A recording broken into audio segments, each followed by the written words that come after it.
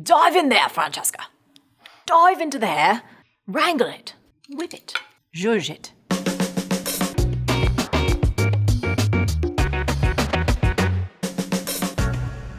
Hey, it's Marie Forleo, and you are watching Marie TV, the place to be to create a business and a life that you love.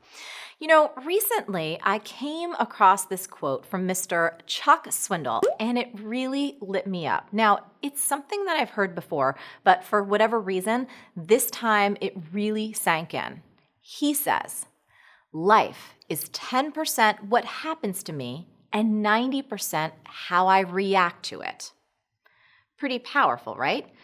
Because the fact is that things happen to us each and every day that we have no control over. I mean, planes get delayed, we get sick, the internet goes out in the midst of a huge project. We lose businesses, we lose jobs, and unfortunately, we lose people that we love. Our lives radically change, often at times, whether we want them to or not, and ultimately, the impact that any outside situation has in your life depends on how you react or respond to it. So let's go back to this quote one more time. Life is 10% what happens to me and 90% how I react to it. That means that as a factor of how your life goes and how good it is, what happens to you is this tiny little sliver of your life pie. Life pie. I wanted to share this here because I believe that this is one of those major life lessons, one of those critical truths that if you really, really get it, it can radically alter the quality and the trajectory of your life. I mean, it can save your business, it can save your marriage, it can be the difference between failure and success in pretty much any endeavor, and ultimately, whether or not you reach your highest potential. Now, this idea is something that I personally am always working on getting better at. And today, I wanted to share 3 ways that you could bring this rule to life, especially when the shiitake hits the fan. Number 1 is hold that tongue. When I'm fired up and I am in reaction mode, I have to hold my tongue. I need to give myself a chance to really feel what I'm feeling, to actually process what's happening and think through my response. Otherwise, if I react and let that fired up Jersey girl out immediately, chances are I'm going to make what should be a minor situation into a big, hot, fat mess. That is why I am such a huge fan of meditation. Meditation really gives you the power to be less reactive in life.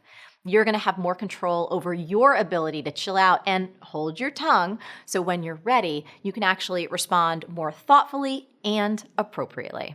Number 2 is check yourself. So a simple practice when something unexpected happens in life and you are tempted to freak out is to stop and check yourself.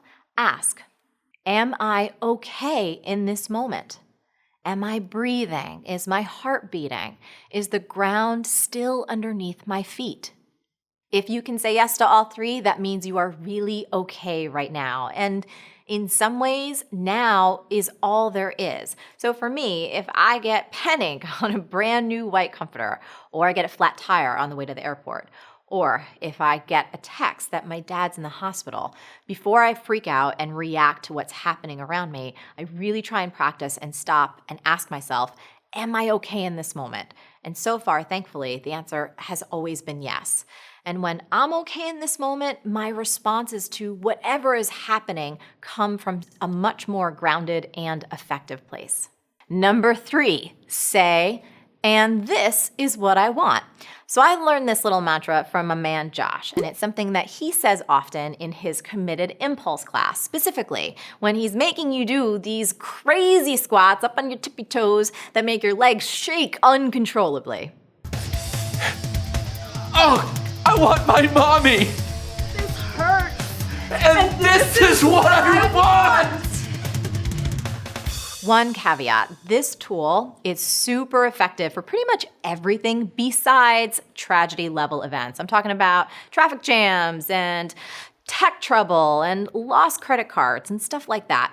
It doesn't really apply to those heartbreaking and devastating events that all of us have to face in our life. But saying, "and this is what I want," either out loud or in your head, is a really effective way to reframe what you consider negative or out of your control. So for example, "There's drilling outside my house and I've got to write all day, and this is what I want." Or, "It's raining on my wedding day, and this is what I want." This little mantra trains your brain to fully embrace whatever is happening in each moment and really own it as though you wanted it, which puts you in complete control of that magical 90% of your life pie. So I want to wrap up today with a great passage from our friend Chuck Swindoll that really brings this idea home. "Attitude is more important than facts. It is more important than the past, than education, money, circumstances, than failures and success, than what other people think, say, or do. It is more important than appearance, ability, or skill.